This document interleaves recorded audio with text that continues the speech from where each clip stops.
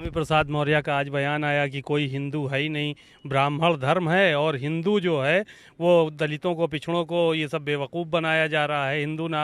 हिंदू धर्म है ये नहीं कोई। उनको पता नहीं ब्राह्मण कोई धर्म नहीं है, सनातन धर्म है।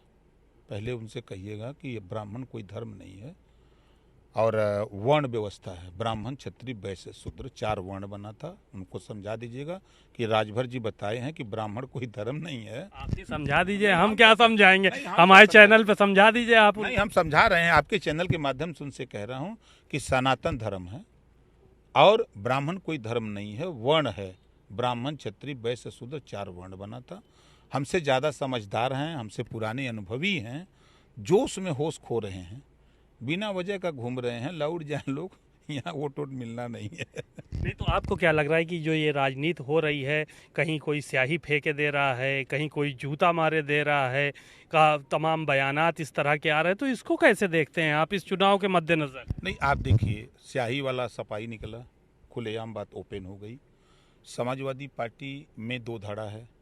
एक धड़ा नहीं चाहता है स्वामी प्रसाद मौर्य को, वो हमेशा पिछड़े दलित का विरोध करता है, वही धड़ा जूता फेंक दिया। तो स्वामी प्रसाद मौर्य को अपमानित करने के लिए, और स्वामी प्रसाद मौर्य बीजेपी से गए हैं, जब तक समाजवादी पार्टी को रसातल में नहीं पहुंचा देंगे तब तक वहां से थोड़ा आएंगे। अरे समाजवादी पार्टी से तो आप भी गए हैं भाजपा में। नहीं, मैं तो गठबंधन में था। वो तो पार्टी ज्वाइन की है, मैं गठबंधन में था, गठबंधन तोड़ा हूँ।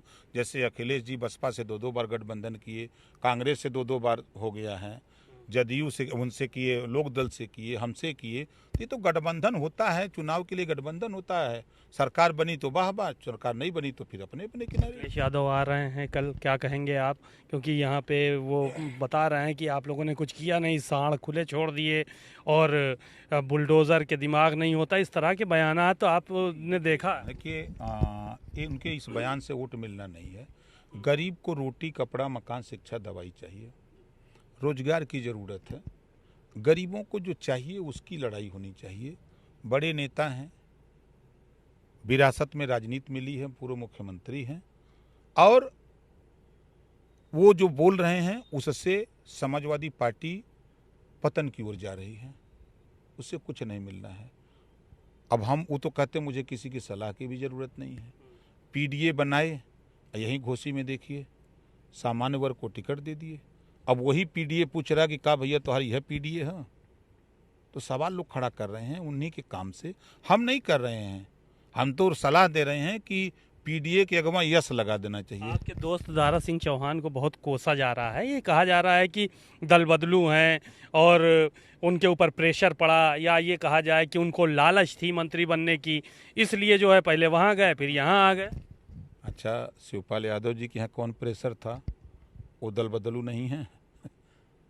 सपा से नाराज होकर अपनी पार्टी बनाए, अब फिर पार्टी का विलय बदल दिए ना, फिर सपा में चले गए। तब उनको तो नहीं कोई कह रहा है।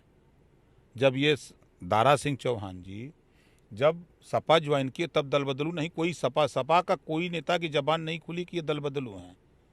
आज जब सपा छोड़ दिए तब उनको दल बदलू कर रहे हैं। ये नाइंसाफ़ी है समाजवादी पार्टी के नेताओं की। हम समझते हैं कि नासमझी है। चापी चापा जो एक शब्द इस्तेमाल करते हैं आप, कई जगहों पर देखा कि चापी चापा होगा, तो ये इसका क्या मतलब रहता है? देखिए, 5 तारीख को बटन की चापी चापा होगी, कमल के फूल के निशान वाली बटन चापी चापा होगी।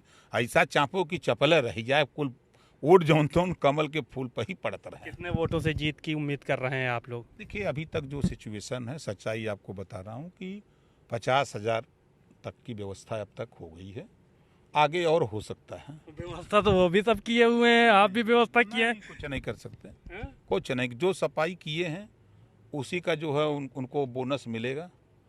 जस करनी वो सब भोग विधाता, नरक जात काहे पछताता। हजारों जिला पंचायत को जबरी हरवा दिया गया था उनकी सरकार में। हजारों प्रमुखों को जबरी जो है पर्चा नहीं भरने दिया गया था उन्हीं की सरकार में। तमाम बाई इलेक्शन उनकी सरकार में हुए थे, और जिस तरह का तांडव और गुंडई करके सत्ता हासिल किए थे, उपचुनाव जीते थे, तो आज काहे पछता रहे हैं? तो गुंडाई यानी कि उधर से हो रही है अभी? हम नहीं, हम ही थोड़ा कह रहे हैं। जो किए हैं तो वो सिखाए हैं, वही ने सिखाए कह रहे हैं। हैं शिवपाल यादव, आपने कहा कि वो शराब बंटवा देंगे यहाँ पे, वो राम गोपाल यादव शराब बंटवा देंगे। वही बदे आए ही हैं, हाँ। वही बदे। आप देखिए, मिल जाए तो पूछिएगा प्रोफेसर साहब, हाँ। आप 60% सही बोलते हैं, 40% झूठ बोलते हैं। हाँ। तो 60% वाले में बताइए कि अपनी पूरे जीवन की राजनीति में पहली बार सुबह 9 बजे राजभर बस्ती में पहली बार प्रवेश किए। ये ओम प्रकाश राजभर की देन है कि ओम प्रकाश राजभर उस स्थिति में आपको ला दिया कि आप राजभर बस्ती में जाकर के हाथ जोड़ रहे हो, गिड़गिड़ा रहे हो।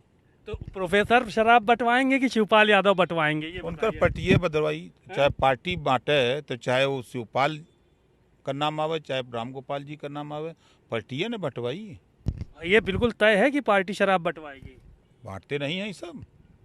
हमें तो नहीं पता। अरे महाराज, पूरा चापते हैं ये सब लिया के जनता के बीच में, भकाते हैं, खिलवाड़ करते हैं ये सब। इस बार हम लोग भी खोज ही रहे हैं कि आवाज लेके। क्या शराब आप बांटने के लिए खोज रहे हैं कि पकड़ने के लिए खोज रहे पकड़ने के लिए महाराज, पकड़ के छोड़ ले वही के। हाँ हैं? अच्छा, शराब यानी अब की पकड़ेंगे आप लोग। देखिए, पैसा, बाबा साहब डॉक्टर अम्बेडकर जी ने कहीं शराब, पैसे और मुर्गा दारू पर वोट लेने की बात नहीं की है। उन्होंने स्पष्ट कहा है कि स्वतंत्र मतदान आप अपने हिसाब से करो, आप अपने हक के लिए, ये वोट वो पावर है, इसी वोट के पावर के दम पर आप सब कुछ हासिल कर सकते हो। बातचीत के लिए शुक्रिया। ओम प्रकाश राजभर जी ने बहुत सारी बातें कही और कहा कि घोसी उपचुनाव वो लगभग 50,000 वोटों से जीत रहे हैं और सभी समाज के लोग इस बार उनका साथ देंगे और भारतीय जनता पार्टी के प्रत्याशी दारा सिंह चौहान विजयी होंगे। कैमरामैन आशीष के साथ सीमा नकवी, भारत समाचार, घोसी।